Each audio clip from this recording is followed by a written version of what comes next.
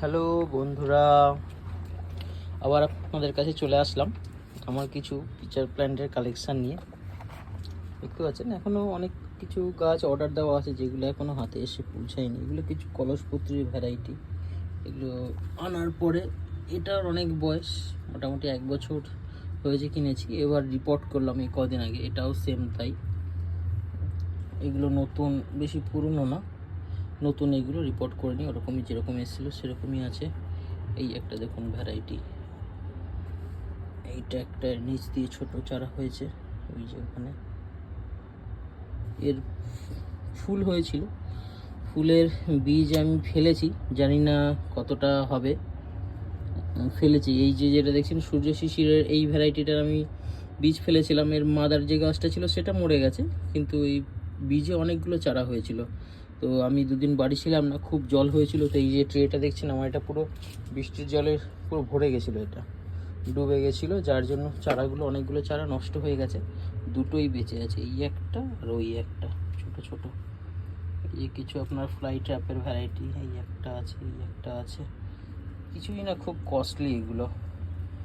দেখতে শুনতে ভালো ঠিকই, দেখতে ভালো লাগে, দেখলে মন ভরে যায়। কিছু এরকম টাইপের কালেকশান খুব ইচ্ছে হয় রাখার, কিন্তু এত কস্টলি ভ্যারাইটি। এই গাছটা 3-4 হাজার টাকা দাম নিয়ে নেয় এক একজন। আমি কিনেছি 2700 টাকায়। দেখুন, তাও আসার পরে মানে বড় যে গাছটা ছিল ওটা নষ্ট হয়ে যাচ্ছে, ছোট চারাগুলো ঠিক আছে। এইগুলো হয়, প্রচণ্ড দাম। এই গাছটা কেউ একজন বিক্রি করছে 5000 টাকায়, ভাবা যায়? এটা একটা পিংয়ের ভ্যারাইটি, ঠিক আছে। এইটা একটা বড় কলসপত্রী আমার।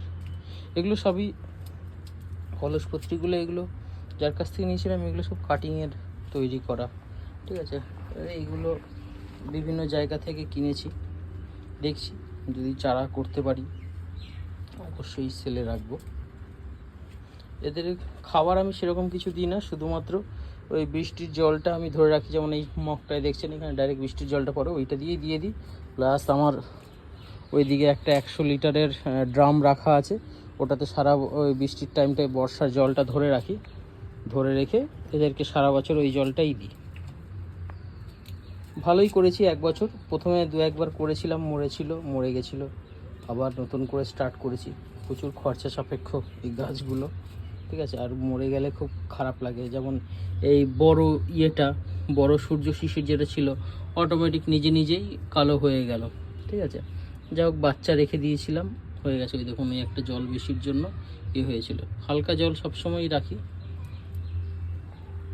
দেখতে পাচ্ছেন এগুলোকে মসের সাথে হালকা পারলাইট মিশিয়ে মিডিয়া করা আছে। এগুলো সেই মিডিয়াতে বসানো আছে, অনেকে ছোবরাই করে। গাছটা যথেষ্ট বড় হয়েছে, বিশাল বড়। এরকম ছোট্ট টবে ছিল, তাই আমি বড় টবে চেঞ্জ করেছি। দেখতে পাচ্ছেন বিশাল বড়, ভালো গ্রোথ নিয়েছে। মসগুলো নতুন করে বেঁচে উঠছে, সব আস্তে আস্তে জ্যান্ত হয়ে যাচ্ছে। এটার মধ্যে বীজ ফেলেছিলাম, দেখা যাক জার্মিনেশন কি হয় না, দেখি রেজাল্ট। কারণ এটাই পেয়েছিলাম ভালো জার্মিনেশন। ধন্যবাদ সবাইকে, আবার আসবো অন্য কিছু নিয়ে।